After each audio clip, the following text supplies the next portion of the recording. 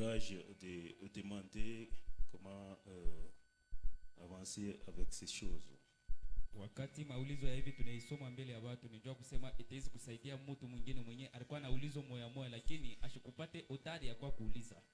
Un frère était troublé du fait que il y a eu un groupe de gens qui l'ont vu disant dans cet âge actuel présentement on doit écouter rien d'autre que les bandes, on ne doit pas entendre un autre ministre prêcher parce que la seule bouche autorisée c'est William Branham.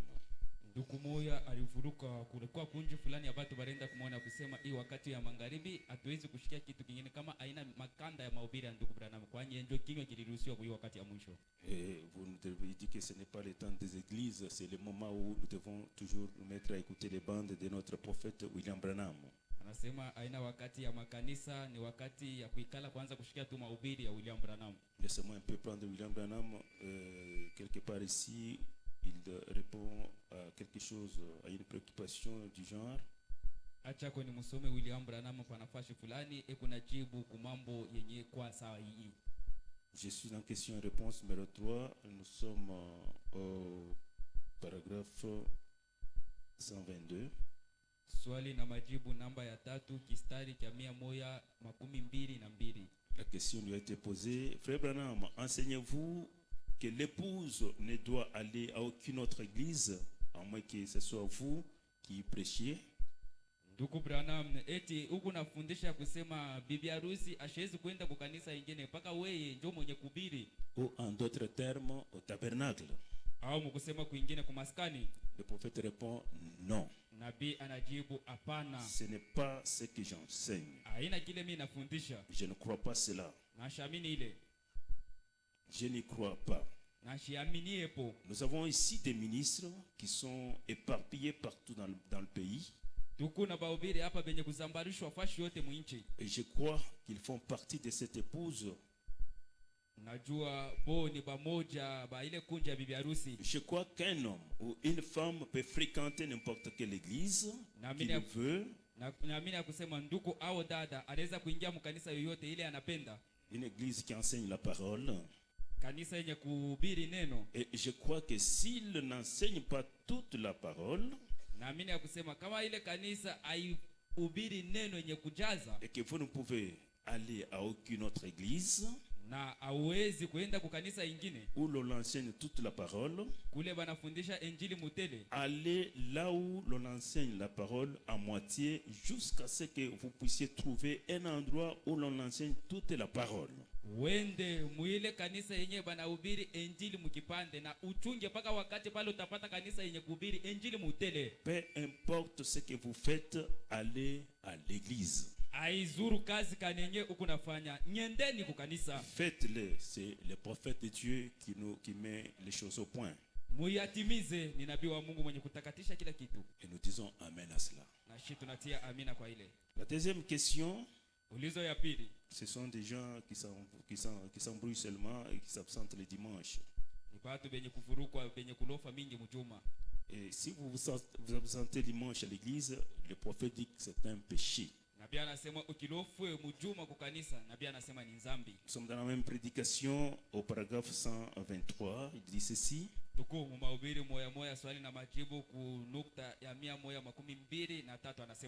Enseignez-vous aussi que nous n'avons pas besoin d'observer les dimanches ni tout autre jour saint.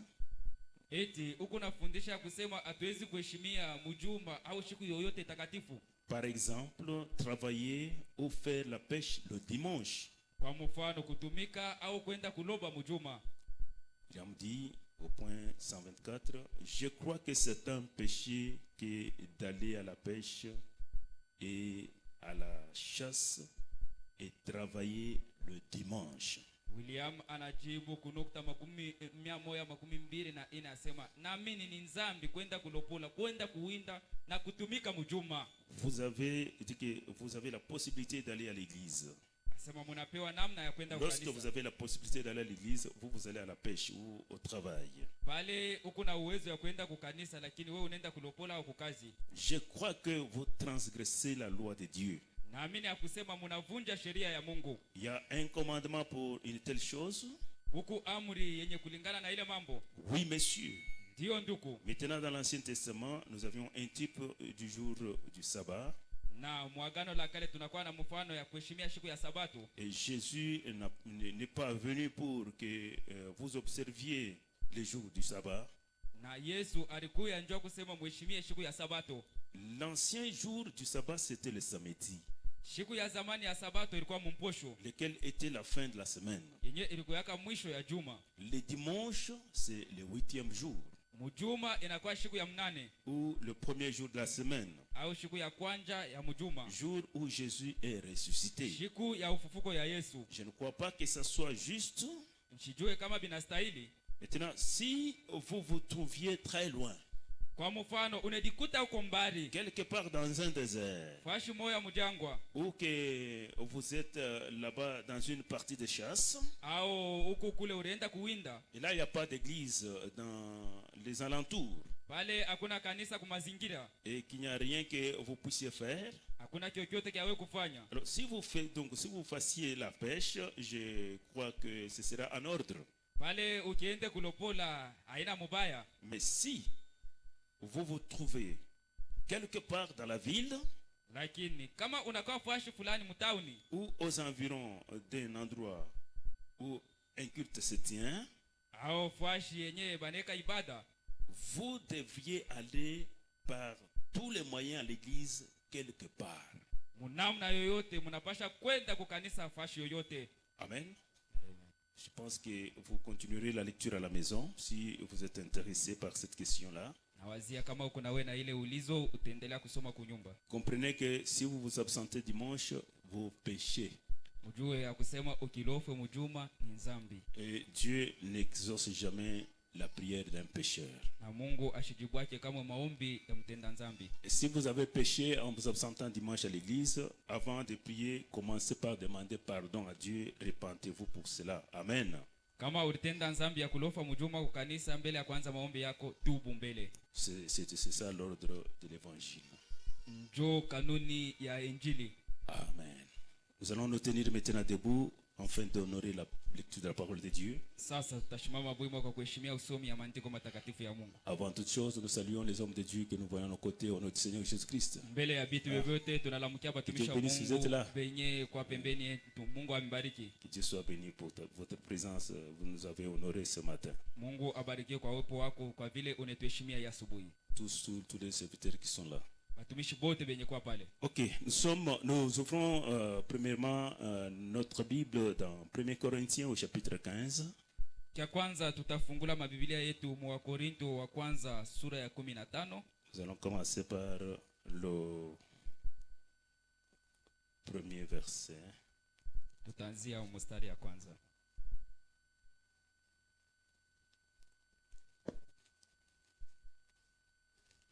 Celui qui a déjà trouvé peut lire déjà. Ule ashakupata ndiko ile anaweza kusoma. Si on peut offrir le deuxième micro ici. Vous êtes là? Le président, vous êtes là? Ok, lisez. Soma 1 Corinthiens chapitre 15. Commencez par le premier verset. Je vous rappelle,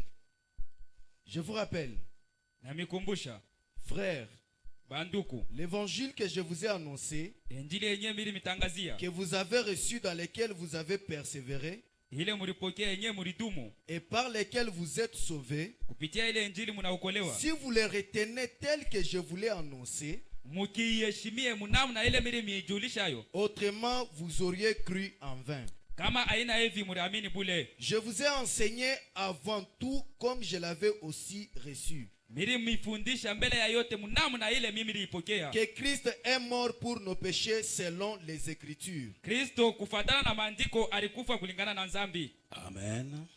Que le Seigneur bénisse la lecture de sa parole. Bwana abariki usome ya neno yake. Vous pouvez vous asseoir pendant que nous ouvrons dans Genèse. Munaweza kuikala wakati tuko nafungula mkitabu cha Mwanzo Chapitre 3, sura ya 3 le verset 16. kistari cha 16. Suivez la lecture avec attention. Mufuate usomi na makini. Il dit à la femme, c'est l'Éternel qui parle à la femme. Ni wa milele mwenye kusema anaambia mwanamke, J'augmenterai la souffrance de tes grossesses nitaongeza machungu ya mimba yako et tu enfanteras avec douleur. na utazala kwa machungu, Tes désirs se porteront vers ton mari, na mania yako itakuwa yule ya bwana yako, mais il dominera sur toi. naye huyu atakutawala. Amen. Les spirituels connaissent déjà le sujet du jour. Bakiro basha kujua mahubiri yetu ya leo. En cette date du 8 mars, le prophète avait l'habitude de prêcher un message qu'il intitulait toujours la fête des mères. Muitare ya mwezi wa 3 nabii alikuweka na zoezi ya kubiri tungo yenye aliita karamu ya bamama. Alors comme nous sommes obligés d'emboîter les pas de notre prophète, nous sommes aussi poussés à prendre le même sujet pour cette occasion afin d'honorer nos mères, n'est-ce pas? Vile tunapasha kufuata matua ya nabii, tunapasha na shiku beba hiki shina njoo kuheshimia na shiba mama. Haina vile. Est-ce qu'il y a les mamans dans la salle? Eti kuku ba mama wa makutano. Oh, c'est compliqué. Les mères sont tellement, ils sont entrés dans la carapace, c'est comment? Ba mama banaingia mumakanda au nini? C'est votre journée, nous devons vous honorer, n'est-ce pas? Ni shiku yenu tunapasha kumheshimia, haina vile. Et notre bonne façon de vous honorer, c'est en vous donnant ce que votre prophète a parlé dans cet âge. Na namna yetu ya kumheshimia ni kumijulisha kenye nabii alisema mu hii kizazi ketu. Et quand vous vous conformez à ce que le prophète a recommandé, vous êtes réellement bénis. Ukiambatana na kile nabii aliamuru pale unabarikiwa. Notre sujet ce matin, c'est la fête des mères. Kishina ketu kia hii asubuhi ni karamu ya bamama. Et quand le prophète lisait ces écritures, Wakati nabii anaanza kusoma hii maandiko, lui-même pouvait dire au point 29 dans cette prédication, il dit que peut-être que vous diriez, Frère Branham, c'est plutôt un texte inhabituel comme message. na yeye mwenyewe anasema saa zingine kuku mtu anaweza kusema ndugu Branham, hii atuizobelee hii mahubiri ya hivi ujumbe Comme message à l'occasion de la fête des mères. kwa kuangalia karamu ya bamama. Eh bien, c'est vrai, mais vous savez, Dieu est inhabituel. Na ni kweli, mnajua Mungu abamuzobele yake, Il fait toujours des choses d'une façon inhabituelle. na ye anatendaka munamna ya shipo kuzobelea. Parce que vous pouvez dire que non, ça, ce sont les mondes qui est en train de fêter sur cette journée. Nous aussi, qu'est-ce qui ne va pas? Muteze kusema ile ni karamu ya watu wa dunia na shi ni mambo kanyayendeke. Non, le prophète de l'âge a tout parlé. Nabii wetu wa kizazi alisema byote. Alors, la fête des mères, Karamu ya bamama nous allons essayer de parler un tout petit peu, tutazungumzia hapo kidogo, afin de redresser certaines choses peut-être que on était en train d'oublier. lakini njoo kulamusha vitu vingine saa zingine vile tulikuwa tukuna saulika. C'est une prédication qu'on a déjà prêchée ici. Ni mahubiri tushakuhubiria hapa. Mais il se fait que la parole de Dieu ne vieillit jamais. Na lakini inafika kusema neno ya Mungu aizekake. Quand nous lisons la parole de Dieu, vous voyez toujours quelque chose de nouveau dans la parole. Wakati wote tunasoma neno ya Mungu kunekalaka tu kintu kipya kile mtaona muneno. Est-ce que vous êtes prêts à recevoir un cadeau que nous allons donner à nos mamans? Eti muko tayari ya kupokea zawadi yenyewe tutapatia ba mama? Et que nos mères soient attentives pour recevoir ces petits cadeaux, afin d'être dans la bénédiction. Et même nous-mêmes qui écoutons, nous serons aussi bénis. Ba mama bateke mashikio njoo kupokea ile zawadi na batabarikiwa. Hata shi benye kushikia hii ujumbe Dans utabarikiwa. la prédication qu'il a intitulée la fête de mères, il a prêché le 10 mai 1959 au point 31. Le prophète de Dieu dit ceci. Mahubiri yenye alitunga karamu ya bamama alihubiri mtarehe 10 mwezi wa 5. Nabii wetu anasema hivi. Il dit que être mère, c'est une position très très importante. Nabii anasema kwa mama inakuwa mshimamo wa faida kabisa. Amen.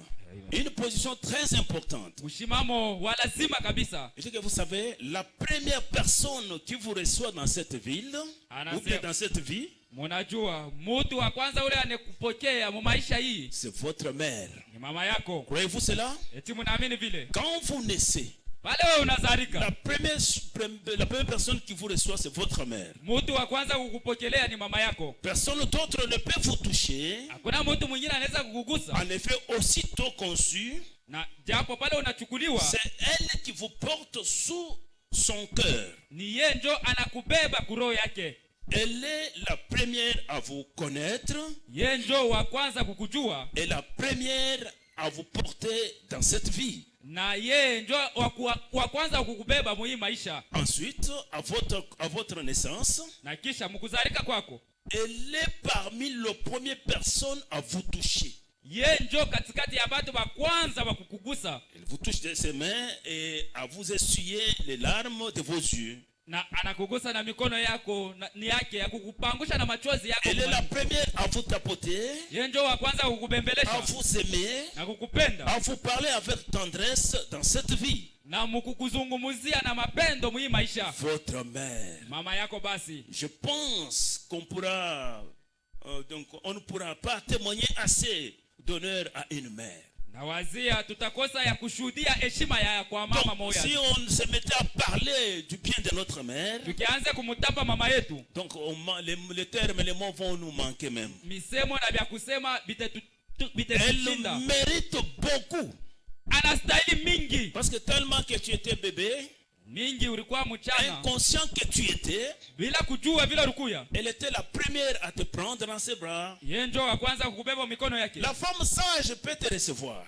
Ule mwanamke wa kuzalisha anaweza kukubeba, mais pas comme te recevait la mère. Lakini ana namna saa ya mama. La mère va te porter au cœur. Mama atakubeba ni kuroho yake. Malgré les douleurs qu'elle peut sentir, aizuru machungu ile anaweza kupata. Dès que tu sors, elle aura besoin de voir quel enfant qui vient de sortir. Wakati wewe unazalika atapenda ni mtoto kani mwenye anazalika. Peu importe la gâchis là où tu es né. Aizuru kubuchafu kwenye kule ulizalika. Mais une bonne mère va te prendre malgré tout cela. Mama mwema atakubeba aizuru vyote vile. C'est pourquoi le prophète dit. Joka maana nabii anasema. Les termes, les mots vont nous manquer. Misemo cha kusema tutapusa. Si nous voulons glorifier cette mère de tout ce qu'elle a fait pour nous. Kama tunaweza kumtapa huyu mama kwa vyote bila anatufanyia. Oh, il y a pas de mots pour le faire. Oh, hakuna misemo yenyewe inastahili ndio kufanya. Le prophète dit que la mère assume une grande responsabilité sur l'avenir de l'enfant. Nabii anasema mama anatumika bujito mingi sana kulingana na maisha ya mtoto. Il est dit au paragraphe 32.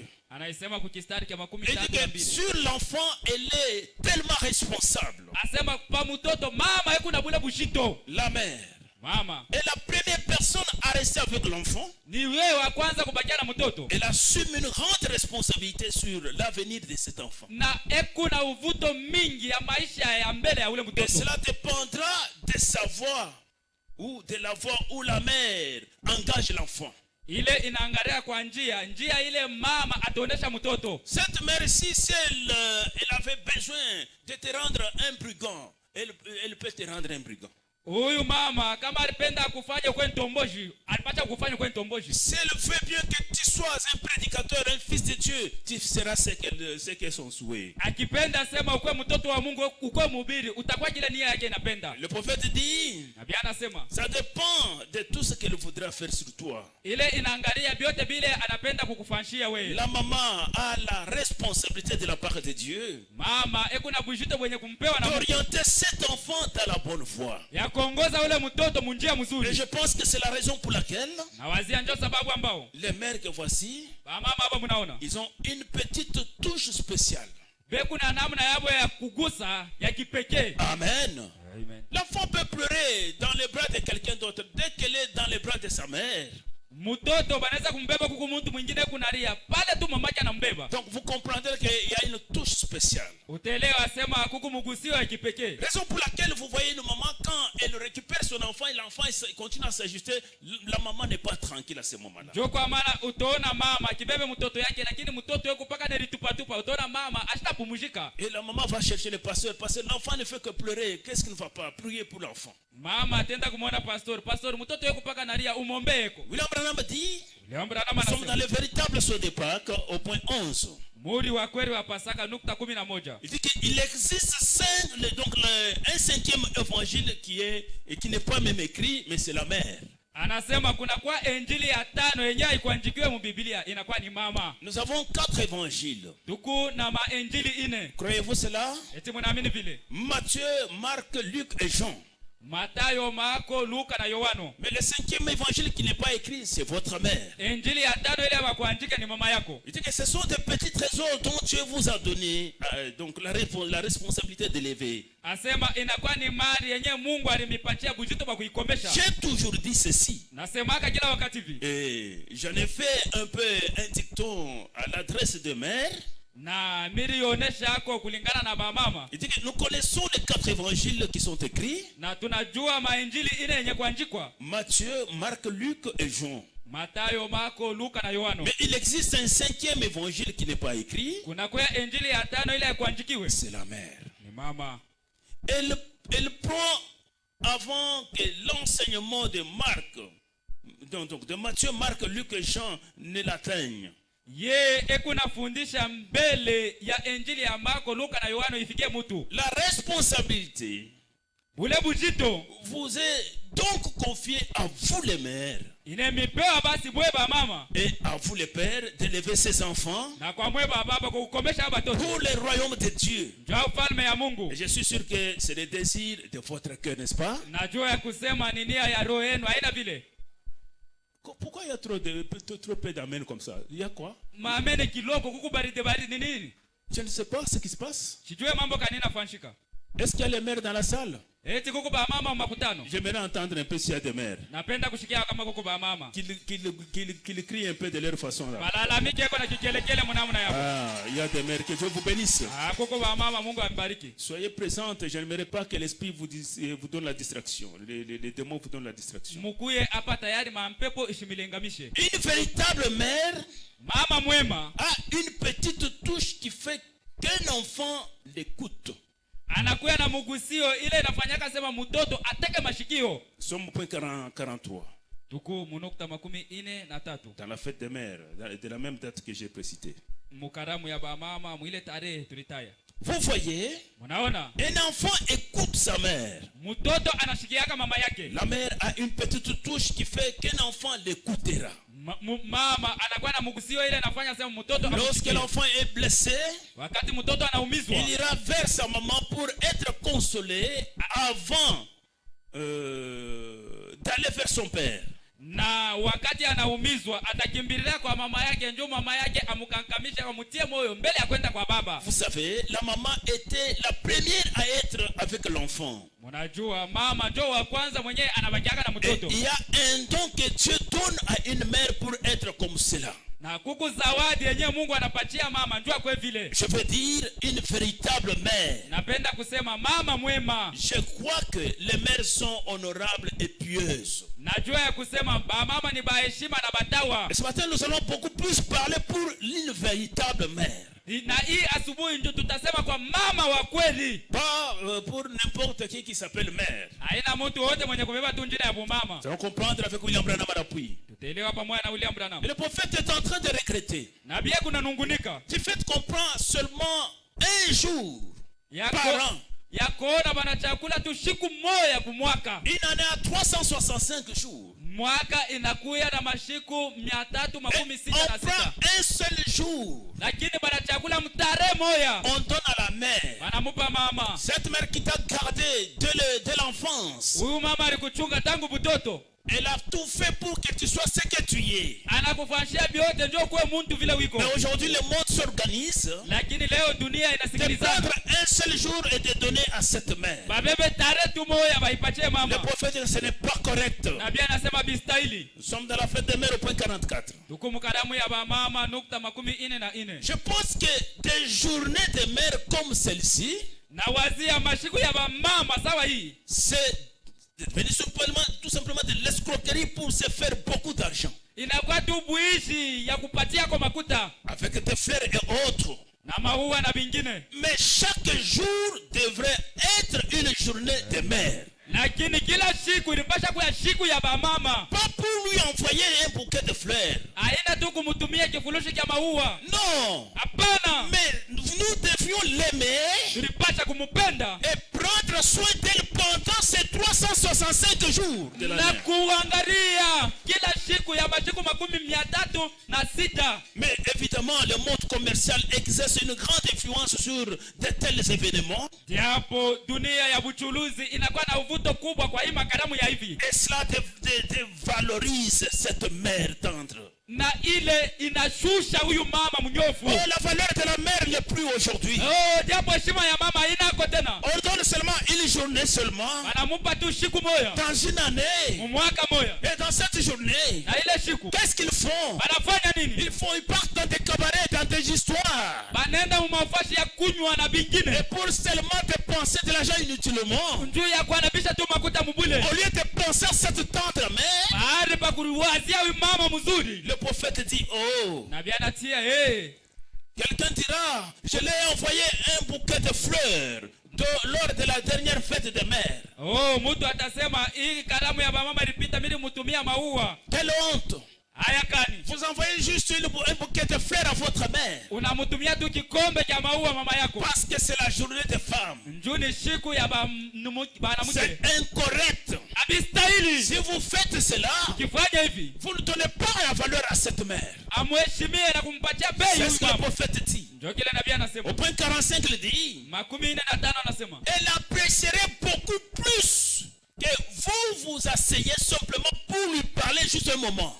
atatapa sana wakati unekala naye, ndio kusumbulia naye, Lui écrire quelques lignes. kumwandikia yako barua S'il se trouvait au loin, kama yuko mbali na lui wewe, écrire quelques lignes. kumwandikia yako barua Soit la tapoter à l'épaule, na kumubembelesha yako palibeka, l'embrasser sur la joue kumkumbatia et kulichafu lui exprimer votre amour. na kumuonesha mapendo yako. Cela aurait plus d'effet que toutes ces fleurs que vous pouvez lui envoyer. Ile ilipasha kuya bei mbele yake kuliko maua yote hii unamtumiaka. Frère, écrivez quelques notes à ta mère qui serait au loin. Nduku, andikia yako barua kwa mama yako mwenye kwa mbali. Si elle est quelque part tout près, Kama yako hapa karibu, allez la visiter. uende ukamtembelee, Vous l'embrassez. unamkumbatia, Un peu de bisous. unampika yako mabizu. Oui, c'est ta mère. Ndio ni mama yako. Elle a tout fait pour vous. Alikufanyia Elle a vyote, beaucoup fait pour vous. alikutendea mingi. Le prophète de Dieu dit, Nabii wa Mungu anasema, mais c'est déshonorant quand vous donnez un jour dans l'année. inakosa heshima kwa kumpatia starehe moyo mumwaka. Quand vous ne considérez pas ce qu'elle a fait pour vous. Aonaye bila alikufanyia. Je sens que les mamans sont en train de dire, pasteur, parle, insiste. Je sens ce qu'ils sont en train de dire. Vale mimi nasikia mama wewe unasema pastor, endelesha. Mais le prophète parle de véritable mère. Nabii anasema kwa mama wa vya kweli. Le prophète ne parle pas pour n'importe quelle mère. Nabii asisema njoo mama wowote. Nous y arriverons. Tutafika hapo. William dit, William anasema, aujourd'hui nous avons beaucoup de substituts aujourd'hui. leo tunakuya na vitu vya kujizania mingi Qui sont appelés mères. venye kuitwa mama. Non, ce n'est pas de cela dont nous parlons ici. Haina baada yenyewe tunasema. Nous sommes dans l'enseignement sur Moïse. Mafundisho njoo ya Musa. Prenons le paragraphe 12. Kistari cha 12. Bon, il n'y a rien de plus doux sur la terre, Hakuna kipole hapa pa dunia. à ce que nous sachions, Kwa kila tunajua qu'une véritable et authentique mère. kwa mama wa kweli na wa hali ya zamani. Oh, il a dit que Dieu bénisse la vaillante âme d'une véritable mère. Amen.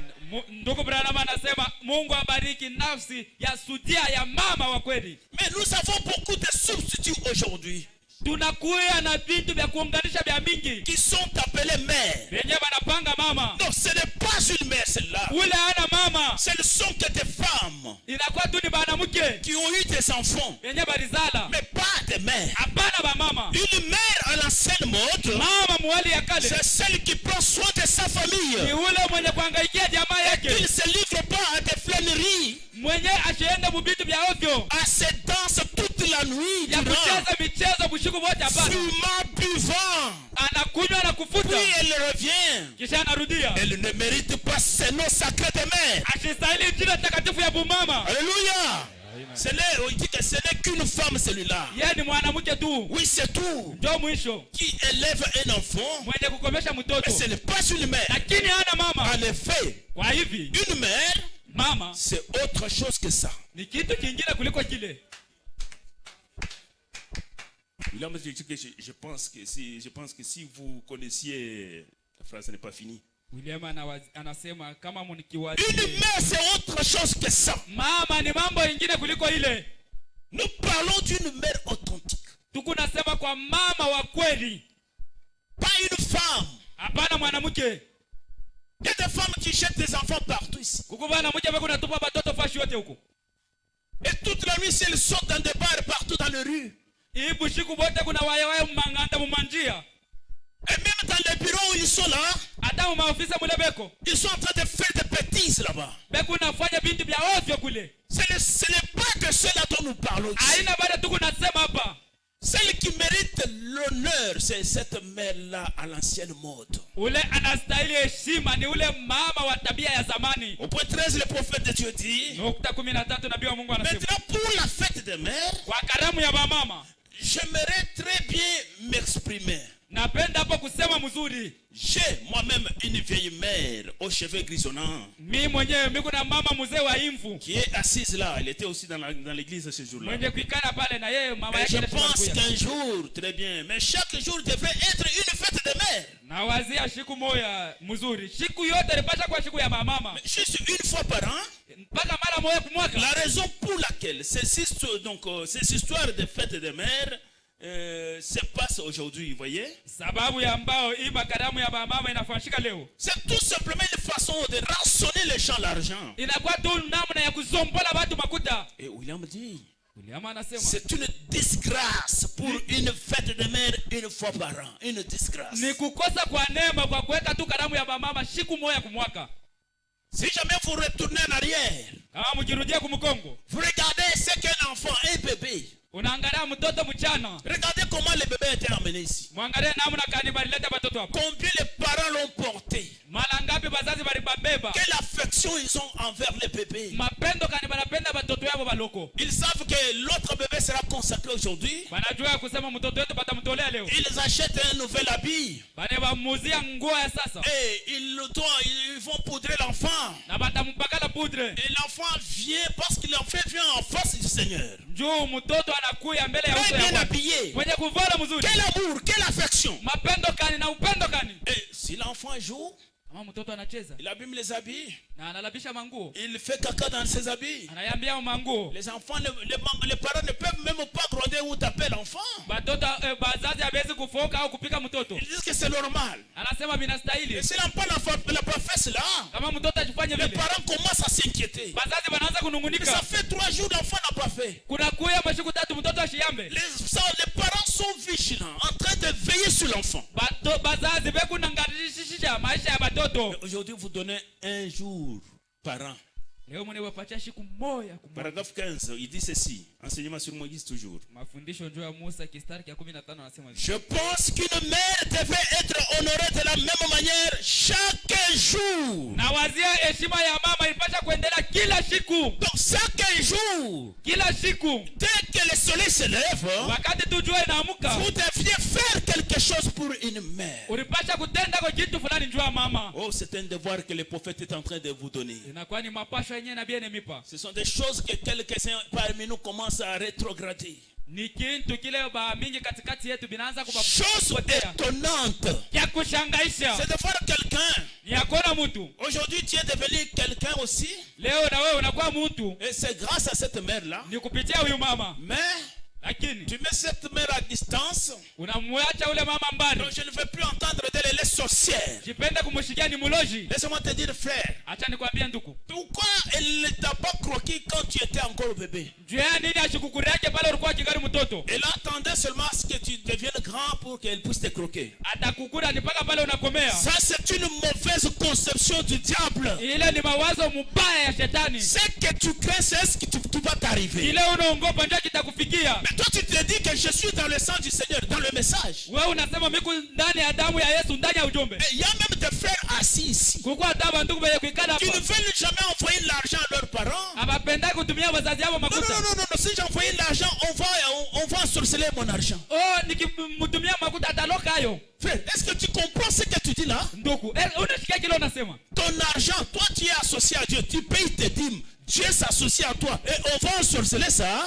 Makuta yako weye huku nasaidizwa na Mungu lakini huku nalipa 10 na unacheka sasa watailoka. Tu ne comprends pas ce que tu es en train de faire. Haujui kile huko nafanya. Cette mère qui t'a porté depuis l'enfance. Ule mama alikubeba tangu mtoto yako. Que William Branham parle. William Branham aseme. Et je pense qu'une mère devrait être honorée de la même manière chaque jour, c'est la vérité. Na wazia heshima ya mama alipasha kuya hivi kila siku, ni kweli. Je parle d'une vraie mère. Nasema mama wa kweli.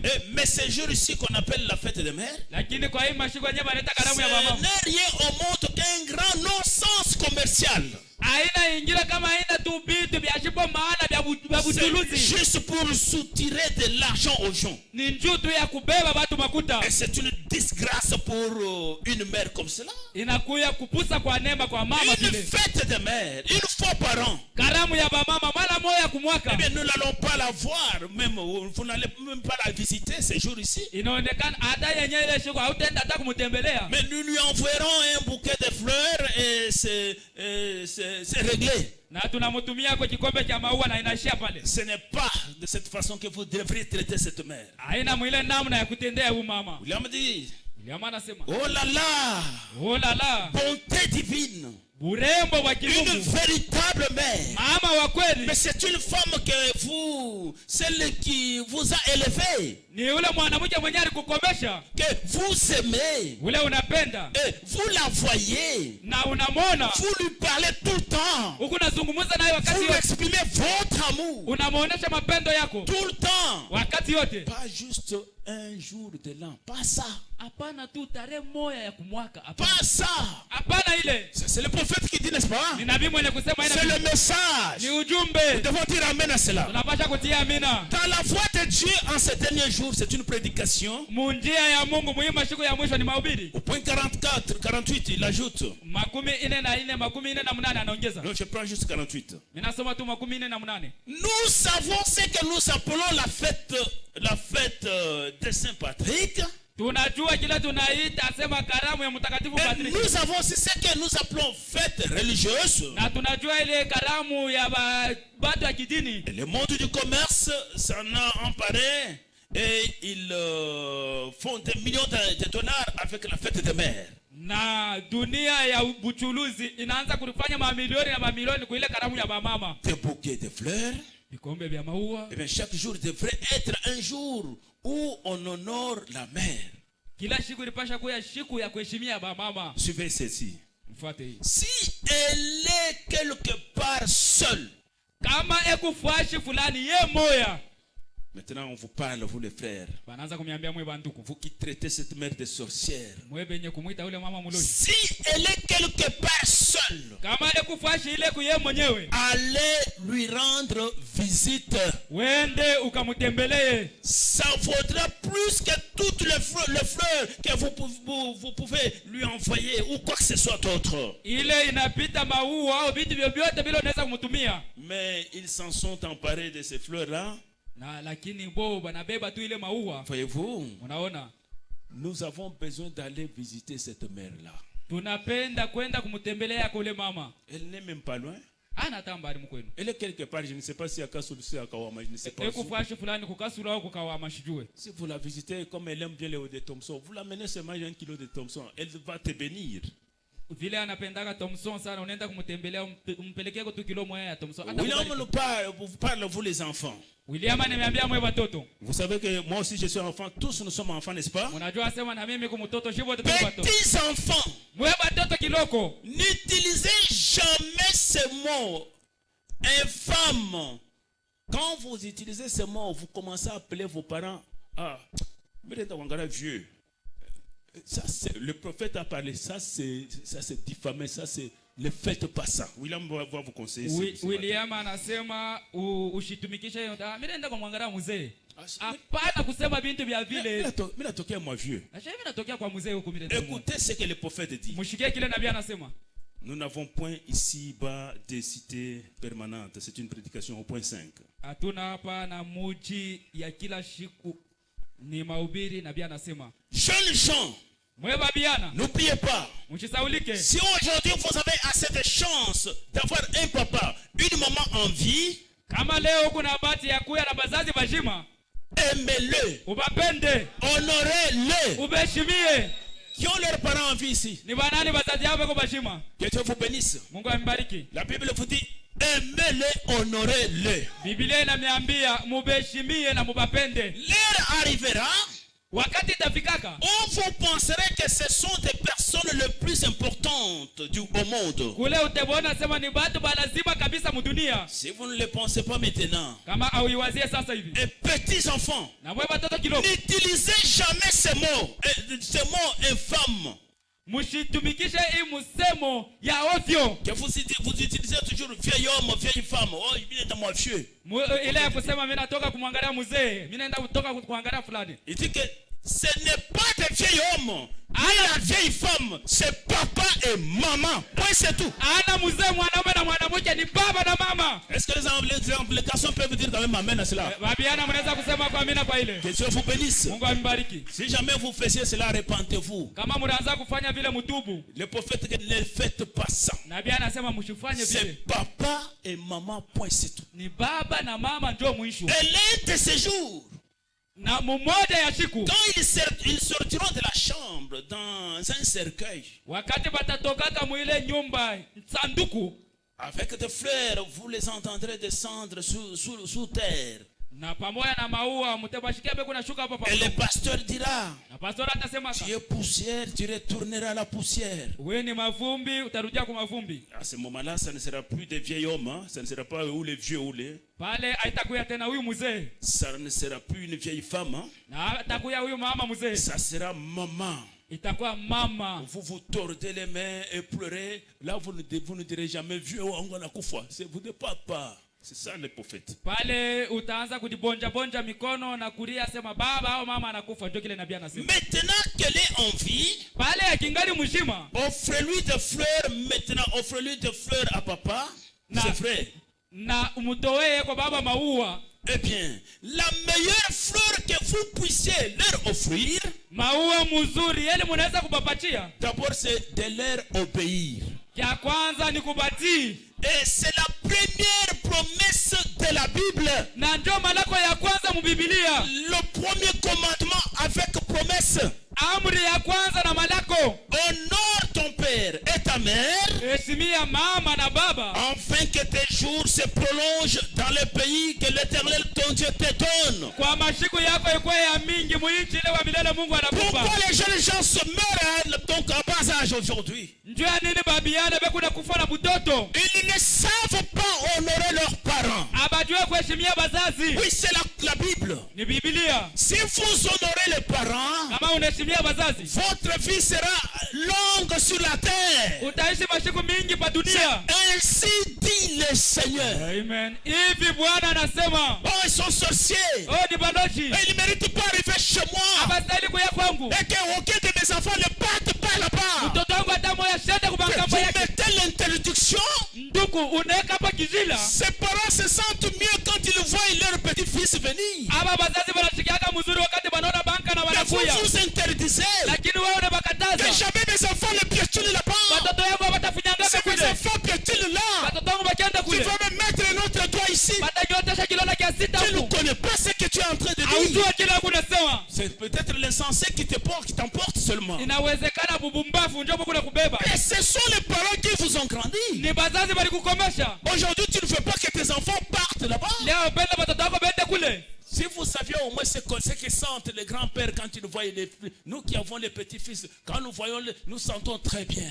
Kama mnajua kile bankambo kama naona munka na shitu kuna banka na tunashikaka mzuri. Et peut-être c'est parce que tu n'as jamais eu des petits-fils ou des petites-filles et tu ne connais pas les secrets. Njoo uyapataka banka na uiwe siri. Mais tu es en train d'interdire. Uko nakataza. Mais ces parents-là sont sorciers. Wale bazazi ni baloji. Ils vont sorceler mes enfants. Wataloka watoto yangu. Mais comment toi tu n'as pas été ensorcelé? Njoo nina bakukuloke wewe. On t'a toi frère ou sœur. Aya kwako ndugu au dada. Revenez sur la ligne. Murudie Pakistan. C'est Malaki 4 qui vous rappelle. Na ni Malaki ananikumbusha. Suivez avec attention. Mfuate mzuri. Nous sommes dans Viens et suis-moi. Kuya unifuate mahubiri. Le désir de chaque parent, l'ambition de chaque parent, nia ya mzazi wote, kifukuzio cha mzazi wote, c'est de faire le meilleur possible pour leurs enfants, le meilleur possible. Ni ya kufanya vizuri vyote vinawezekana ndio watoto yao. Chaque parent que vous voyez, mzazi wote huyu mnaonaka, même s'il te frappe durement, hata kama anakupiga fimbo nguvu, mais c'est ça l'amour qu'il témoigne envers toi. Ndio mapendo kunaonesha kwako, pour que tu ne puisses pas aller à côté. Njoo usiepuke njia. Ces frappes-là te ramènent seulement. Ila mapigo yako nakurudisha munjia. Au point 20, le prophète dit, nukta 12 nabii anasema, et le père et la mère avec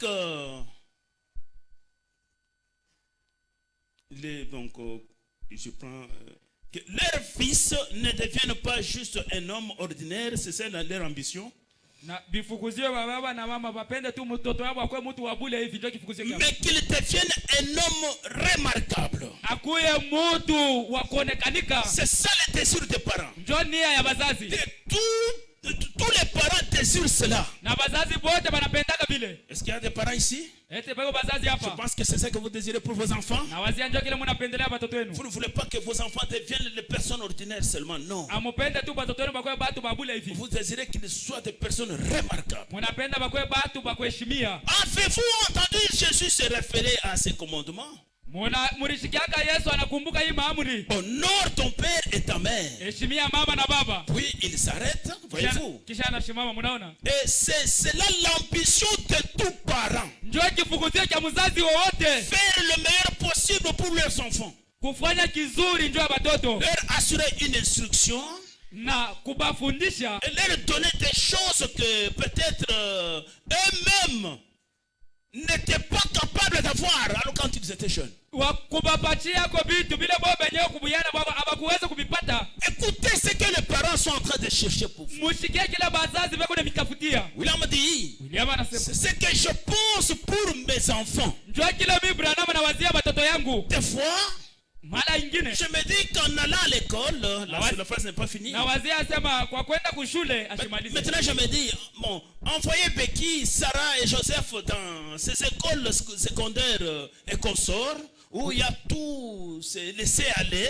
Kutuma Beki, Sarah na Joseph kui shule ya juu kule kuku banachiria vyote kutendeka. Je dis que je pense que je ferais mieux de le prendre et de les ramener à la montagne, donc plutôt que de les amener dans des écoles où on enseigne des histoires aux enfants. Donc il faut chercher une bonne école où on enseigne très bien aux enfants.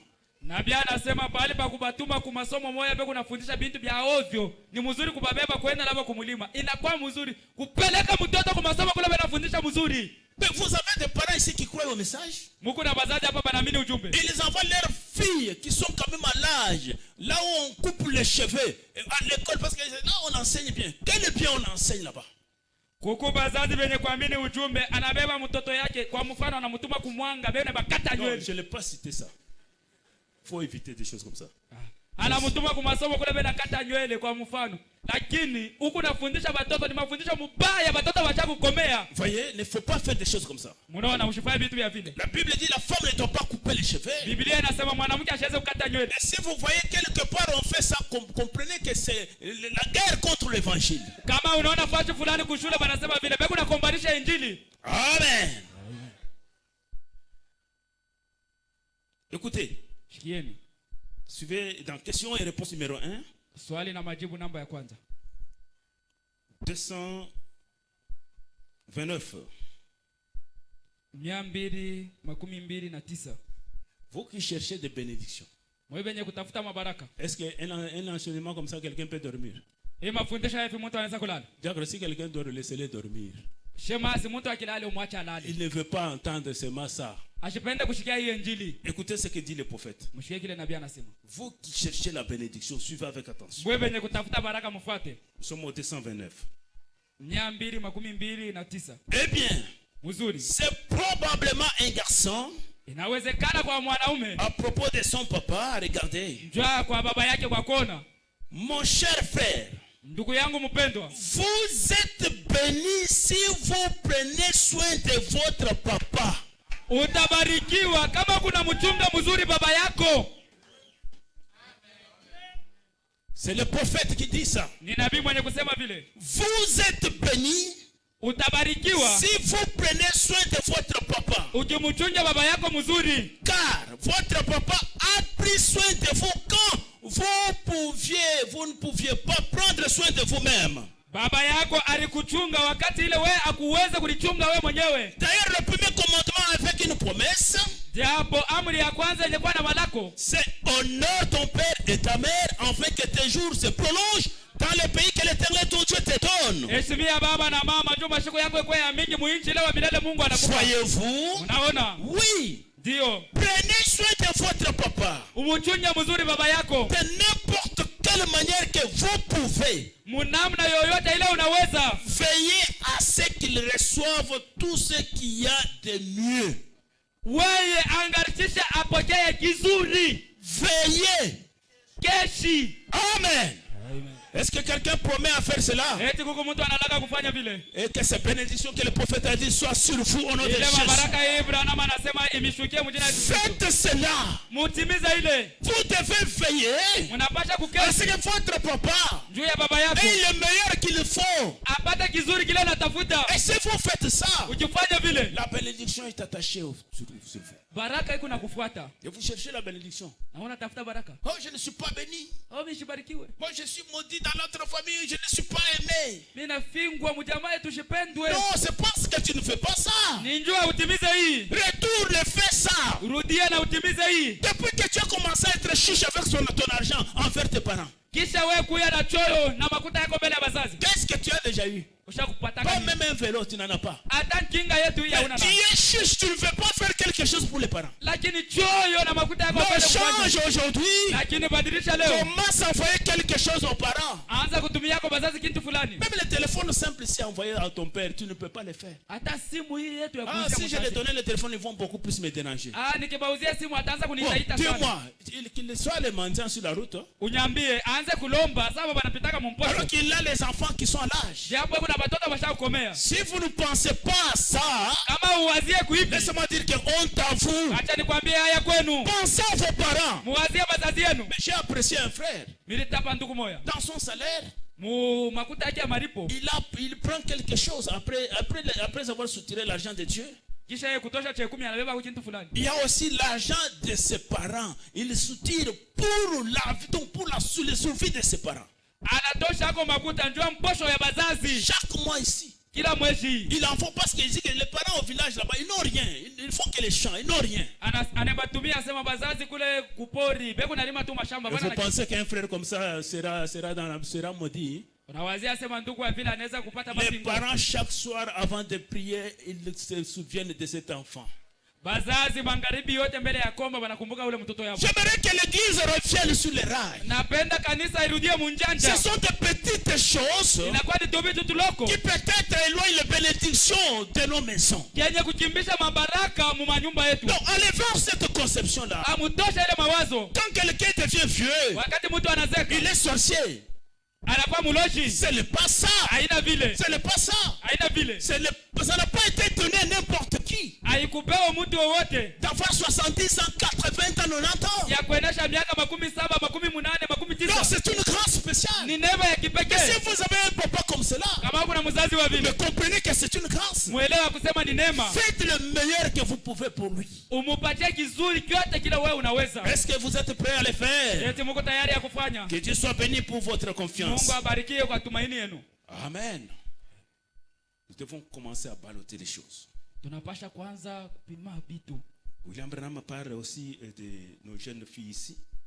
William Branham anambia na yeye batoto wetu baramuki hapa. Il dit que ces jeunes filles, réellement, ils aiment être belles et jolies. Aba batoto baramuki banapenda kwa bazuri na barembo. Certainement, Kweli.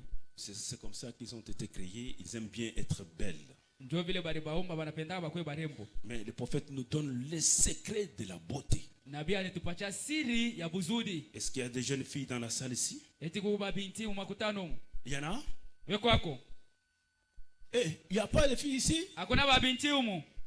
Élevez très bien les mains, je vais Mnyangule voir. mzuri mikono yenu. Ok, écoutez ce que le prophète dit. Mshikie kile nabii anasema. Nous sommes dans les suites de la visite de Gabriel à Daniel, Vifukuzio 6 vya Gabriel kwa Danieli. au point 3. Nukta ya 3. William regarde les filles ce matin-là, il dit, dans l'église. William ila asubuhi anaona babinti makutano anasema. Là, nous sommes à Jeffersonville. Tuko ku Jeffersonville. Eh bien, Muzuri. vous êtes bien mignonnes. Mwe muku barembo. Vous êtes des chéries. Muku bapendwa. En tout cas, Kwa je lakini vous trouve belle. nimeona mbazuri. C'est vrai. Ni kweli. Être belle, c'est Kuya mbuzuri ni nini? avoir un bel esprit Ni kuya na roho mzuri. qui peut venir s'asseoir dans des réunions comme celle-ci. Ya kuya kuikala mkusanyiko sawa hii. Écoutez l'évangile. Na kushikia injili. Voilà ce qui fait la beauté d'une jeune fille. Ndio chenye kuleta buzuri kwa mtoto Et mwanamke. je pense que n'importe quel vrai garçon Na wazee kiana wowote mzuri. qui est digne de se marier mwenye anastahili kuoa sera du même avis que William Branham. atakuya na namna ya kuona sawa William Branham. Je pense que c'est cela vous les jeunes garçons. Na wazia ndio mvile mwe babiana. Vous êtes du même avis. Na mwe Mungu na moneo saa ile. L'homme dit que frère Neville dit amen. Ndugu Branham anasema ndugu Neville anatia amina. Merci monsieur. Asante ndugu. C'est bien. Ni mzuri. Quelqu'un qui est d'accord avec moi. Mtu ule anachika kile nasema. Moi je crois que c'est la vérité. Mimi naamini kusema ni kweli. Vous qui voudriez se marier. Wewe bale wanapenda kuoa. Je ne pense pas que vous allez ramasser n'importe quoi ou n'importe où. Usijue utaenda kulokota kama ni wapi. Vous chercherez une femme, une fille qui se mettrait ici en train d'entendre l'évangile de William Branham. Utatafuta mtoto mwanamke mwenye kuikala hapa na kushikia injili ya William Branham. Et c'est celui-là qui connaît les secrets de l'âge. Ndio ule mwenye kujua siri ya kizazi. Et c'est à celui-là que vous allez tendre la main. Ndio kwa ule utanyolosha mkono. Mais ce qui m'étonne c'est quoi? Kile kinanishangaza nini? Les jeunes gens ici, au lieu de regarder ici et chercher une femme menée de nouveau, ils envoient des lettres au village. Mais est-ce qu'il n'y a pas une fille là-bas à marier là-bas au village? Na babiana olea kuangalia huku na kutafuta mwanamke mwenye kuzarika jipya na kumooa. Anatuma barua kumkata. Kwetu kule hakuna kwa mtoto mwanamke ameoa. Évitez des choses comme ça. Mwepuke vitu vya vile. Mais c'est l'homme qui doit voir la femme. On ne doit pas confier à n'importe qui de chercher la femme pour l'homme. Bwana ndio anaenda kutafuta bibi wako, haina mtu wowote. Chercher la femme quand tu la vois toi-même. Tafuta bibi ule uneronea na macho yako. C'est une attraction qui t'attire. Unashikia mapendo inakukokota. Je sens quelque chose. Anashikia kitu. Parce que la profondeur appelle toujours la profondeur. Upana inalikaka upana ingine. Maintenant tu dis à ton grand frère au village. Unaambia mkubwa yako kumjini. Grand frère, est-ce que il y a pas regarde bon un peu là-bas. Mkubwa kule hakuna unyangalia. Maintenant ton grand frère a les jumelles de Simon Kimbangu. Mkubwa yako yeye majimele yake ni ya Kimbangu. Il va ramasser quelqu'un là qui est Simon Kimbangu ici là-bas. Anakuchakulia kantu ila mumai. Et il vient avec. Anakuya nako. Et vous voyez pasteur, je l'ai eu, c'est notre soeur là-bas. Tu pêches là-bas. Pastori, ni dada yetu wa ujumbe kule. Unalanda. Dans quelle église? Oui, une église là-bas mais le nom m'échappe. Une église du message. Kanisa ya ujumbe njina mishi yuwe tena. Un péché que tu n'auras même pas le courage de déranger. Zambi yenyewe hautajua hata kuitengeneza. Quelques mois plus tard, miezi inapita. le problème commence. Mambo inaanza. Mais porte ta charge, ton fardeau. Na beba muziko yako. Non frère, ne faites pas cette erreur. Hapana ndugu msifanye ile kosa. Regardez ici il y a des filles nées nouveau remplies du Saint-Esprit. Angalia huku kuku bana kuja benye kuzalika jipe benye kujaza na Roho Mtakatifu. Quand ils entendent le message de Branham, vile wewe unasikia ujumbe wa William Branham. vous regardez l'apparence et la beauté, le prophète de la beauté trompe toujours. Wewe kunaangalia kunsula na buzuri, ndugu Branham sasa buzuri kunalandaka. Mais regardez la fille qui écoute le message. Angalia mtoto mwanamke yule mwenye kushikia ujumbe. Elle connaît ce que c'est une femme. Anajua mwanamke ni nini. Elle connaît sa position dans le foyer. Anajua fashi yake mjamaa. Plutôt que d'aller prendre n'importe quoi. Pale pa kuenda kuchakula kama ni nini. Vous allez vraiment regretter plus tard. Kisha utaanza kukuria. Vous allez regretter plus tard. Utaria. Amen, amen. Est-ce qu'on peut acclamer pour le nom du Seigneur?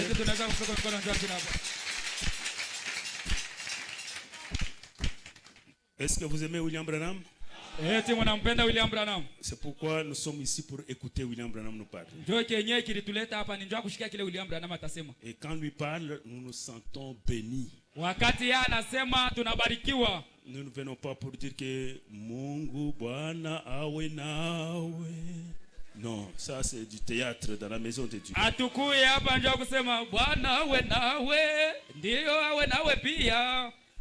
Il y a des jeunes filles remplies du Saint-Esprit ici. Et vous, jeunes garçons, n'allez pas loin. C'est le Saint-Esprit qui te parle, n'allez pas loin. Regarde ici. Et dites à ton diacre, j'ai vu.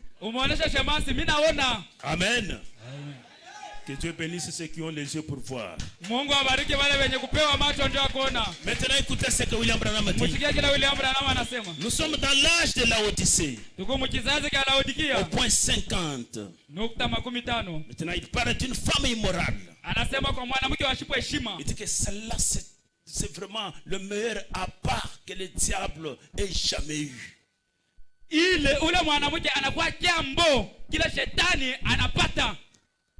Le point 50 il dit, makumi tano anasema Une femme immorale mwanamke washipo heshima est le meilleur appât que le diable ait jamais eu. ni kiambo chenye shetani ashiyapataka. Elle est pire que tous les cabarets que vous voyez. Eko mubaya kuliko mafashi yote ya Elle lutuku. peut envoyer plus d'hommes en enfer que tous les cabarets du pays. Anaweza kuendesha manafsi mwadezi kuliko hii mafashi Une yote. seule femme immorale Mwanamke tu moyo washipo heshima capable d'envoyer des hommes en enfer que tous les cabarets du pays. mwenye kuwa na uwezo ya kutuma manafsi mwadezi kuliko hii mafashi ya Raison pour kuzimu. laquelle le prophète dit, Ndio sababu ambayo nabii vous anasema devez fuir le mal. mnapaswa kukimbia vibaya Fuir même l'apparence de mal. hata kuonekana kwa ubaya. Oh pasteur, je suis rempli du Saint-Esprit. Pastor anajaziwa na Roho Mtakatifu. Je pars prêcher cette femme-là. Mimi ndio nikamhubiri yule mwanamke. Et vous êtes là, elle est nue. Huko pale yeko mtupu. Elle ouvre la poitrine. Anakufungulia kilari. Non, moi je ne vois pas, je ne vois rien là-bas. Mimi sione kitu Je suis pale. rempli du Saint-Esprit. Najaziwa na Roho Il n'y a Mtakatifu. rien, il n'y a rien. Hakuna kitu mbele yangu. Menteur. Mungu. Vous avez dit fouiller le mal. William anasema kimbia vibaya. Même l'apparence de mal. Hata kuonekana kwa bubaya. C'est pourquoi regardez nos sœurs ici. Ndio angalia mabadada yetu. Très bien habillées. Penye kuvuana mzuri. Parce qu'elles savent que nous sommes en présence de Dieu. Ndio bwana anasema tuko muwepo wa Mungu. Même si elle est au marché. Hata kama kumusoko. Très bien habillée. Mwenye kuvuana mzuri. Même si elle est au travail. Hata kukazi. Très bien habillée. Mwenye kuvuana mzuri. Elle honore son corps. Kunaheshimia mwili yake. Voilà la femme. Ndio mwanamke ule. Amen, amen. Est-ce qu'on ne peut pas applaudir pour une vraie femme? Hamwezi kupikia kwa mke mwema. Une véritable femme qui se respecte. Mwanamke mwema mwenye kuheshimia. Et William dit au point 51. William anasema kunukta 51. Il donne maintenant ce qu'est une bonne femme. Analeta sasa tabia ya mwanamke mwema. Une bonne femme, mke mwema, c'était joyeux sur la couronne de l'homme. Ni taji lulu kukofia ya mwanaume. Et joyeux sur la couronne de l'homme. Anakuya lulu kutaji ya mwanaume. C'est une déclaration qui est sortie de la bouche d'un homme de Dieu. Inakuwa ni msemo inatoka mkinywa wa mtumishi wa Mungu. Et le prophète de l'âge dit, nabii wa kizazi anasema, l'homme doit honorer une bonne femme. Mwanaume anapaswa kuheshimia mke mwema. Est-ce qu'il y a des gens qui ont de bonnes femmes ici? Eti kuko bale benye kwa na bake bema. William anasema, honorer ces bonnes femmes-là. Heshimia ule mwanamke mwema. Est-ce qu'on peut dire amen à cela? Eti tunaweza kutia kwa amina. Amen à cela. Amen kule. Un grand amen à cela. Amen munene. Le prophète dit, on doit honorer une bonne femme, voyez. William anasema heshimia mke mwema. Mais une femme méchante, lakini mwanamke mbaya, c'est de l'eau dans son sang. Ni mai mudamu. Oh là là. Si tu as beaucoup d'eau dans le sang, tu deviens déshydraté, tu vas mourir. Hein? Kama unakuwa na mai mingi hauna tena na damu, tu deviens anémique. Utatokoloka, utakufa. Là c'est terrible, on va te transfuser. Pale ni hatari, tatafuta bakweke damu. Écoutez ce que dit le prophète. Voyez? Mshike kile nabii anasema. Une méchante femme est de l'eau dans son sang. Mwanamke mubaya ni mai mudamu. Et le sang c'est même la vie.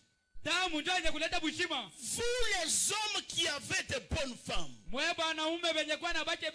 ne savez pas combien vous devez remercier Dieu pour une bonne femme comme cela. Car si Dieu pouvait donner à l'homme mieux qu'une compagne, il l'aurait fait. Une femme est la meilleure compagne que Dieu pouvait donner à un homme. Vous qui avez de bonnes femmes, vous ne savez pas combien vous devriez remercier Dieu.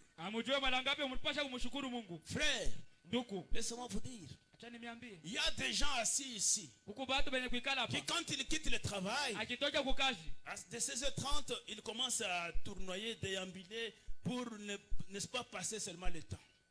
Anatoka 16h30 anaenda kuangalia huyu, anaangalia apitishe wakati ya kufika kwake. Pour arriver à la maison jusqu'à 21h, trouver la femme fatiguée et dormie pour qu'il n'ait pas de problème. Afike kwake mu 21h amkute mko wenu ashakulala njoo ashimuhangaishe. Il y a des gens qui quittent le boulot, ils arrivent à la maison, pas même un bonjour. Kuko bantu anatoka kukaja akirudia kunyumba hakuna hata yambo. La nourriture on est en train de servir par je ne sais pas un enfant ou je ne sais qui. Chakula beko na mtumia na batoto shiwe kama ni nani. L'homme est là. Na bwana yuko pale. Mais frère, il y a des femmes terribles ici. Si vous êtes là, malheur à vous femmes. Si vous êtes, d'ailleurs vous n'êtes pas femme. Je ne sais pas comment vous qualifiez. Les prophètes vont vous qualifier. William Branham dit, je te ferai une aide. Tu devrais aider cet homme. Il part travailler, il cherche le pain pour toi. Mais il arrive à la maison. Non, je me sens mal. Je ne sens pas comment toucher même les brasiers. Et voilà un homme une femme en pantalon qui va faire les braises là-bas, qui commence à préparer.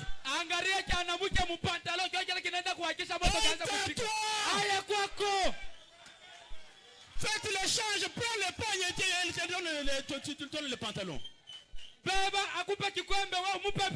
C'est pas possible. Mais tu as perdu ta position. Moi, je me sens, je ne sens pas la force de faire quelque chose. C'est toi qui dois porter, qui dois mettre Jésus au monde.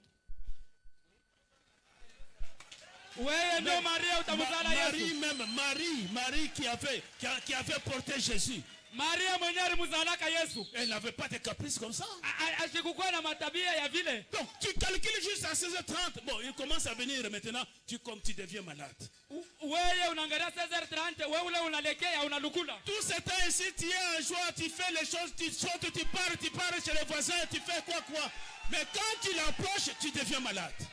Hii wakati yote unawaya unaenda kwa mwaka songo kwa mwa ilunga. Unaona Cesar inenea, wewe unalekea unalukula. Honte à toi. Aya kwako. Ce n'est pas dans le message de William Branham qu'on doit faire ça. Ujumbe wa William Branham anaweza kufanya vile. Ici dans le message de Branham. Hapa ujumbe wa Branham. L'homme est l'homme. Mwanaume bwana ni bwana. La femme est la femme. Na mwanamke bibi ni bibi. C'est ce que le prophète nous apprend. D'ailleurs, une femme qui ferait cela, mwanamke atafanya vile. Elle va se sentir honteuse. Donc elle doit se sentir gênée. Mais toi, tu n'es pas gêné de voir ton mari préparer pour toi à manger. Venez au cabinet du pasteur, on va délivrer ton esprit là. Tu as un mauvais esprit. Laisse-moi lire un peu la Bible avant de descendre. Nous sommes dans Genèse au chapitre 3. Quand vous avez commis le péché, Dieu a commencé à maudire. Il dit à la femme, j'augmenterai la souffrance de tes grossesses. Et tu enfanteras avec douleur. Mais c'est ça la chose. Cette douleur-là, quand elle vient à toi alors que tu portes, tu es enceinte. Une femme sage pouvait seulement glorifier Seigneur. Seigneur, merci, c'est ta parole qui s'accomplit. Mais oui, donc Dieu a augmenté les souffrances de ces grossesses. Et tu enfanteras avec douleur. Et tes désirs se porteront vers ton mari. C'est ainsi dit le Seigneur. Écoutez, c'est ce qui suit. Mais il dominera sur toi. Il dominera sur toi. Ça, il n'y a pas moyen de falsifier. J'aimerais que les femmes qui sont en train de combattre cette écriture, vraiment se remettre dans leur bon sens. Parce que vous aurez des problèmes avec Dieu. Je sais qu'aujourd'hui vous parlez de la parité. Vous ne connaissez pas ce que Dieu a parlé aujourd'hui. La parité était avant la chute. C'était correct.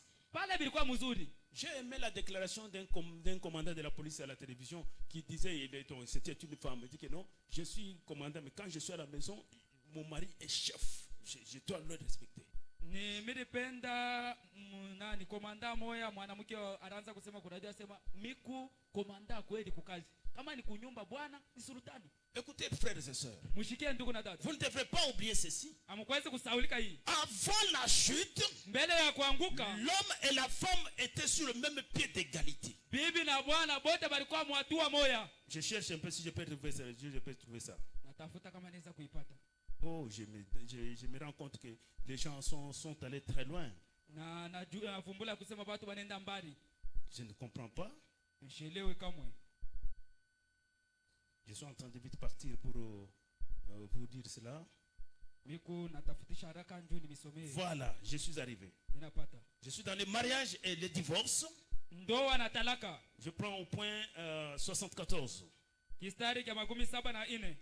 Remarquez, pourquoi a-t-elle fait une chose pareille? Elle qui occupait un rang si élevé. La femme occupait un rang si élevé. Elle était bien avec l'homme, son égal. Non, sur le même point d'égalité. Mais nous le savons tous maintenant. Maintenant qu'elle a perdu son égalité avec l'homme, quand elle a péché, Dieu a dit, l'homme dominera sur toi à partir de maintenant. Eh bien, ça c'est l'écriture. C'est William Branham. Ça c'est l'écriture. Elle a perdu son égalité. Raison pour laquelle le message de William Branham ne croit pas dans n'importe quoi. Sur le même point d'égalité, jamais. Ça c'est combattre Dieu maintenant. Vous combattez l'écriture. Ou bien déchirer cette page de votre Bible. Mais pourquoi vous faites cela? Pourquoi vous faites cela? On ne doit pas être sur le même pied d'égalité. La nature elle-même ne vous enseigne-t-elle pas? La nature, quand vous regardez, et faites seulement un footing avec l'homme comme vous êtes sur le même point d'égalité. Bon, faites une équipe des hommes, une équipe des femmes. Bon, organisons le match de foot maintenant. Mais qui vont marquer qui? On se dit la vérité. Est-ce que vous aurez marqué même un but? Même un but par un but seulement. Comprenez 30 femmes contre 5 hommes de l'autre camp. Maintenant jouez au foot. Vous voyez? La nature elle-même ne vous enseigne-t-elle pas? Non, ne vous encouragez pas dans des histoires. Inclinons nos têtes devant la parole. Quand la parole dit quelque chose, inclinons-nous. Si vous remontez la parole, les serpents qui rampent aujourd'hui sur le sol, les serpents ne rampaient pas au sol. Les serpents marchaient. Mais Dieu a dit désormais, il faut marcher avec ton ventre. C'est comme cela que les serpents marchent aujourd'hui. Est-ce qu'aujourd'hui les serpents marchent? Avez-vous déjà vu mes serpents qui marchent comme ça? La parole de Dieu demeure éternellement. Et même l'homme qui dit Amen ici, avant il ne cherchait pas la nourriture avec souffrance, avec peine. Non, c'est question seulement de faire la main comme ça, il prend une pomme. Mais aujourd'hui, pour attraper, avoir seulement une pomme, il faut entrer en sous-sol dans les calolos là-bas. Et il y sort vraiment terrible. Ce n'est même pas la sueur du front, mais c'est la sueur du dos. Et ça devient compliqué. Il peut prendre des véhicules, il monte, il descend, Aujourd'hui, comprenez que c'est l'accomplissement de la parole de Dieu. Amen, amen, amen. Le temps est vraiment passé. Je ne comprends pas pourquoi on n'a pas encore fêté avec nos femmes, avec nos mères. kusherekea pamoja na mama. William dit, William anasema, je vous assure frère, nimehakikishia ndugu, comme nous le savons tous, vile tunaijua shibote, ministre ou pas, personne ne peut vous consoler comme une femme tendre. Hakuna ule anaweza kukutia moyo sawa mwanamke mzuri. Quand vous rentrez fatigué, épuisé, wakati unarudia kuchoka mwenye kupungukiwa, quelqu'un peut s'asseoir, na anakuikarisha yako, vous prendre par la main, anakubamba kumkono, et vous dire, na kukwambia, je comprends chérie. Naelewa. Je sais que c'était dur aujourd'hui. Najua sema leo ni Mungu. Est-ce que Jocelyne, c'est ce que tu fais pour Jean de Dieu? Dada Jocelyne, njoo kile unafanyia yaka kwa ndugu Jean de Dieu. Vous devez faire cela. Unapaswa kufanya vile. Quand quelqu'un revient fatigué, wakati mtu anakuwa kuchoka. William dit, il y a quelque chose là. William anasema peko kitu fulani pale. Je savais ce qu'il faisait quand il a donné la femme à l'homme. Mungu alijuaka kile alifanyaka wakati anaanza kupatia huyu bwana bibi. Il savait. Alijuaka. Quand il a donné la femme à l'homme. Wakati alipatia huyu bibi kwa huyu mwana. Il connaissait ce qu'il est en train de faire. Alijua kile alikuwa inafanya. Amen, amen, amen. Amen, amen. William dit, William anasema, je pense à Susan Wesley, la mère de John Wesley. Na wazia kwa Susan Wesley, mamake ya John Wesley. Nous commençons à lire vite vite pour comprendre la chose. Tunaanza kuenda kwa haraka jua kuelewa. Faire sortir de l'histoire. Kumutosha mwarishi. Au point 23. C'est une prédication du 1er octobre 1958. Ni mahubiri ya mtarehe ya kwanza mwaka mwezi wa 11. Je pense à Susan, nawazia kwa Susan, la mère de John Wesley. Mama yake ya John Wesley. Elle était mère de 17 enfants. Alikuwa mama wa watoto 17. Toi tu n'en as que 6 et tu fais des histoires.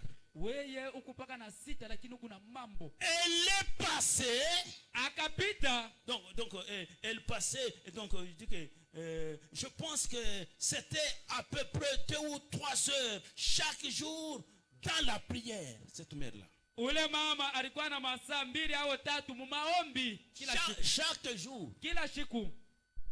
Que les mamans ne soient pas distraites maintenant. Ceci vous concerne. Elle devait élever et prendre soin de 17 enfants. Et cela a produit l'un des plus grands prédicateurs du monde. Et l'un des plus grands compositeurs des cantiques de ce temps-là.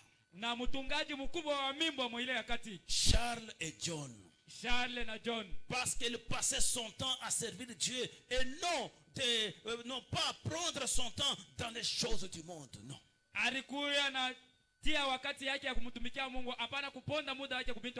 lorsque nous voyons les fondements de notre nation, les fondements de nos foyers, les fondements de notre église en train de s'écrouler, alors mes frères, que pouvons-nous faire?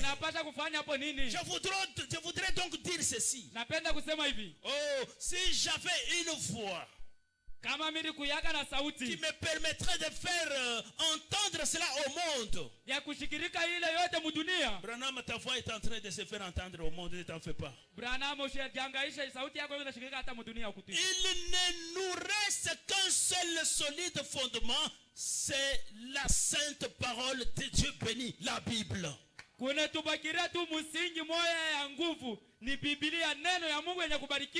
tous les cieux et la terre passeront, mais la parole ne passera jamais. Et sur ces rocs, dit Dieu, je bâtirai mon église. Et les portes du séjour de monde ne pourront point contre elle.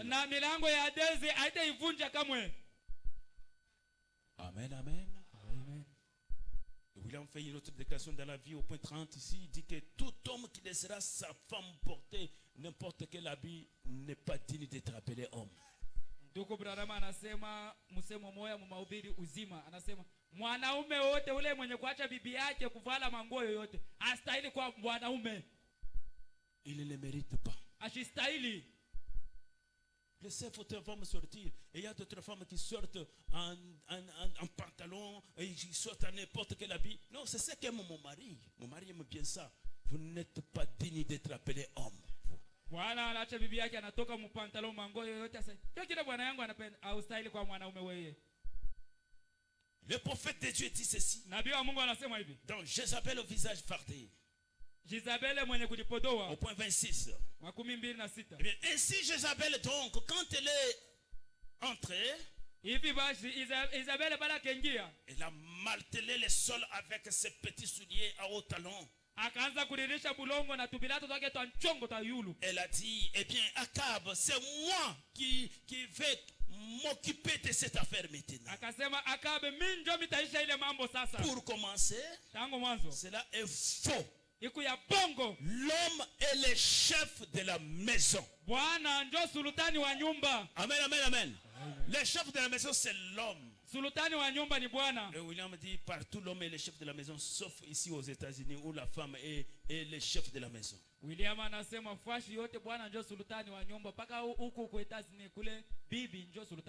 pays de la femme. Un pays de la femme. Écoutez. Nous allons lire quelques deux passages peut-être pour terminer. Je saute plusieurs parce que je suis en train d'honorer l'horloge.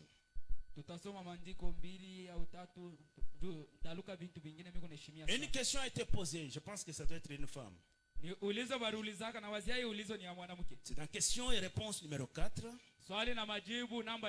Nous sommes au paragraphe 187. Disons d'abord la question. Frère Branham, la Bible nous dit qu'une femme devrait obéir à son mari. Je suis une chrétienne. Et mon mari est un pécheur. Il me persécute par tous les moyens possibles pour m'empêcher d'aller à l'église et de lire la Bible. Et il dit que devrais-je faire?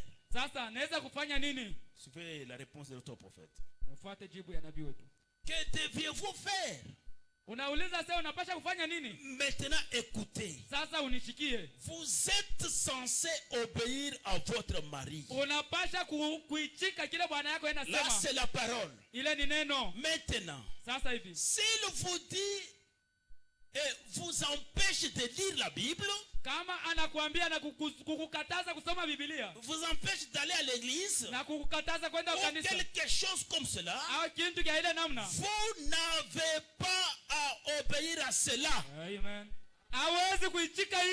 Parce que c'est lui qui n'abandonnera pas son père, sa mère, son mari, sa femme ou n'importe quoi que ce soit pour me suivre n'est pas digne de moi, dit Jésus. Ule ashache mtoto bibi bwana bazazi na kunifuata mie ashistahili. Yesu alisema. Nous ne faisons que répéter ce que le prophète a dit. Tukunarudilia paka neno ile Branham alisema. S'il y a quelqu'un qui sera jugé pour ça, c'est lui qui va répondre, pas nous. Kama kukule batenda kusambisha njoo hii ni yeye haina shie. Nous croyons que lui a péché comme Paul.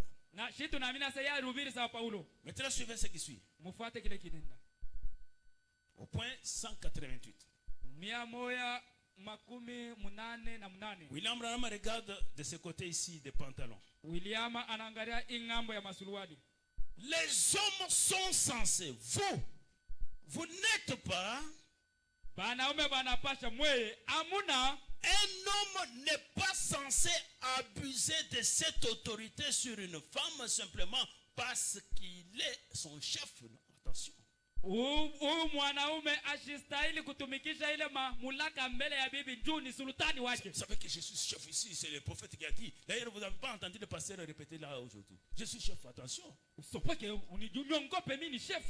dis, c'est que c'est faire ici. Pas question. Écoutez ce que le prophète dit. Dieu est son chef au-dessus de vous. Frère, voyez-vous? Et si votre femme fait quelque chose de faux, alors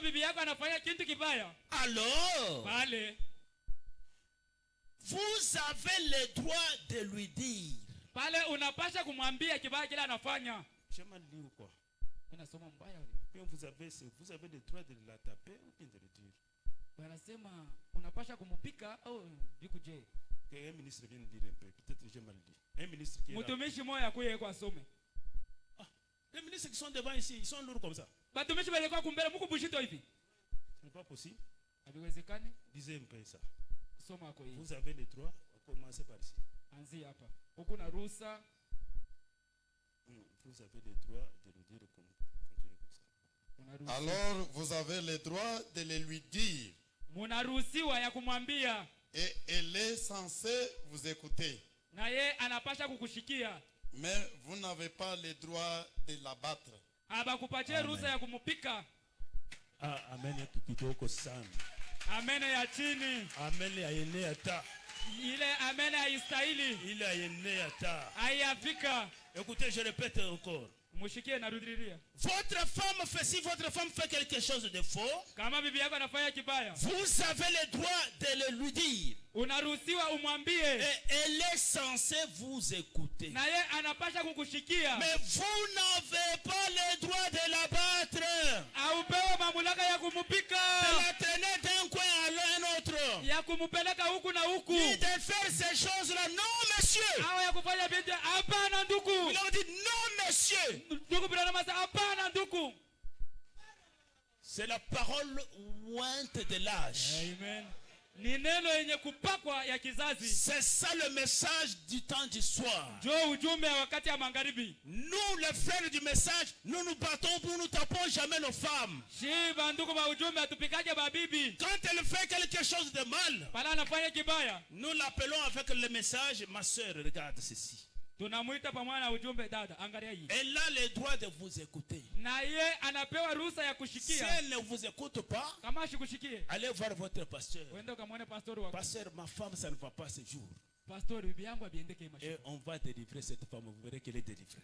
Na utaona tutamutolea. Vous voyez, Munaona? Dieu a donné à la femme une aide. Mungu alipatia mwanamke msaidizi. Non pas un paillasson. Hapana kikolopo. Souvenez-vous, Kumbukeni. elle était votre chérie. Alikuya mpendwa wako. Elle devrait toujours l'être. Alipasha kubakia mpendwa wako kila siku. Et c'est comme cela que la chose doit être. Ndio vile mambo inapasha kuya. Mais frère, comment vous êtes comme ça? Ndugu, namna gani mko C'est hivi? quel message de Branham que vous avez? Ni ujumbe ya Branham kanienyewe leo kunayo. Vous cherchez seulement les mystères. Les petites choses, vous ne faites pas. Mungu natafuta mpaka masiri. Prêchez-nous du champignon canon. Utubiri mambo ya sabini Parle-nous de kanyo. l'épée qui était dans la main de William Branham. Utaonesha mpanga ile Branham alipokeaka. Tu vas connaître l'argent avant de tu sautes la BCE. Hein? Utajua hesabu ya yulu mbele EBC ujue. Tu es en train de taper sur ta femme. Uko napiga bibi yako. Mais si tu es en train de piétiner le message, Uko na kanyanga ujumbe. crucifiant Christ pour la seconde fois. Kusulubisha Kristo mara pili. Parle à elle, elle va t'entendre. Umwambie atashikia. Et toi, femme, Na wewe mwanamke, Il ne faut pas faire ce que tu fais là. Hein. hapana kufanya vile unafanya. Si tu as adopté les caractères de quelque part où tu étais, où tu as vu que la femme a été dominé l'homme, sache que c'est un démon, un esprit impur.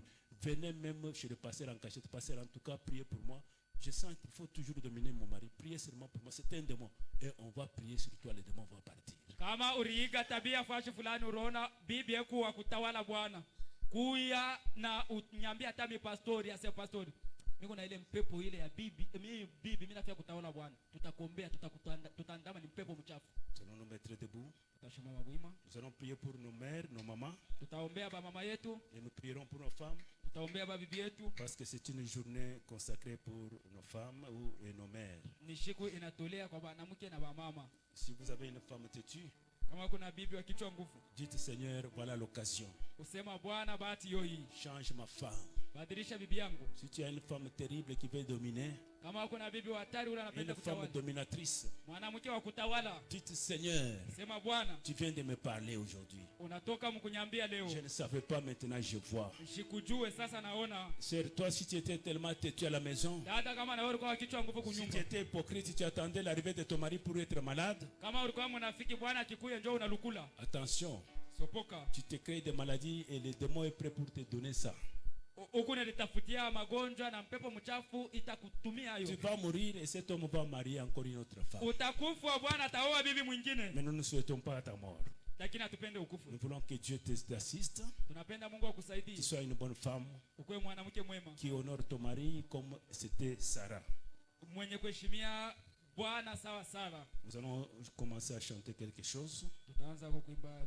Et vous qui n'envoyez rien à vos parents, dès ce soir, commencez à envoyer quelque chose.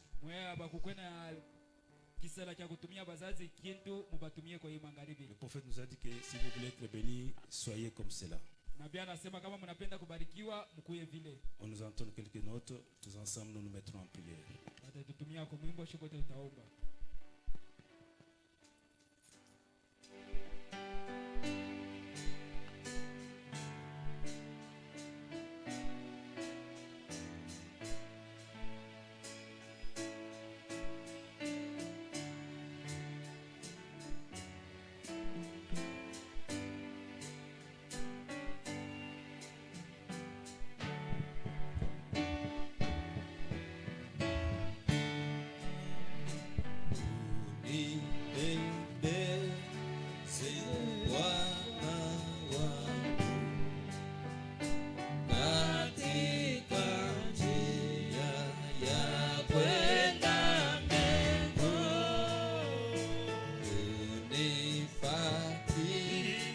Shit.